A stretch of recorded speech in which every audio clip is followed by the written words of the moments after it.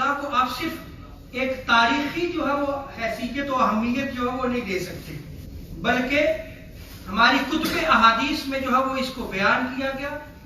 حضور صلی اللہ علیہ وسلم نے اس کی خبر دی تھی، اور آقا علیہ السلام کو جب خبر دی تو آقا علیہ السلام باقاعدہ روئے، آپ کی چشمان مقدسہ سے آنسو نکلے۔ یہ روایات میں نقل کروں گا، اور اس طرح روئے کہ آقا علیہ السلام کی ہچکی بند گئی۔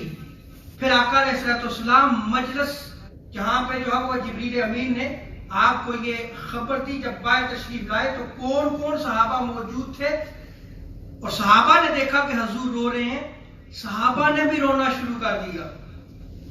اب اگر یہ احادیث ہماری نظر سے نہیں گزری یا ہم نے نہیں سنی تو قصور کس کا ہے؟ پھر آپ پھر واقعہ کربلا کی اہمیت کو تو کم نہ کریں۔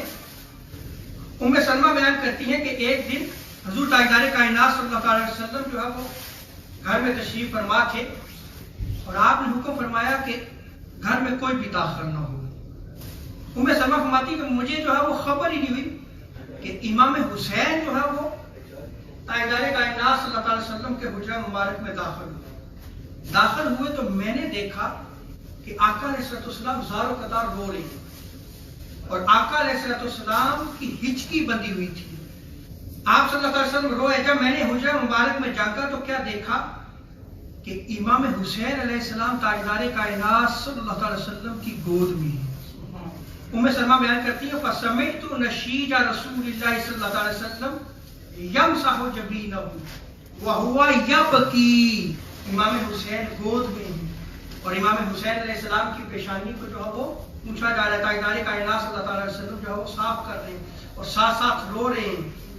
میں نے عرض کی یا رسول اللہ، اللہ کی قسم میں نہیں جانتی کہ امام حسین کب جو ہے وہ حجرہ میں داخل ہوئے۔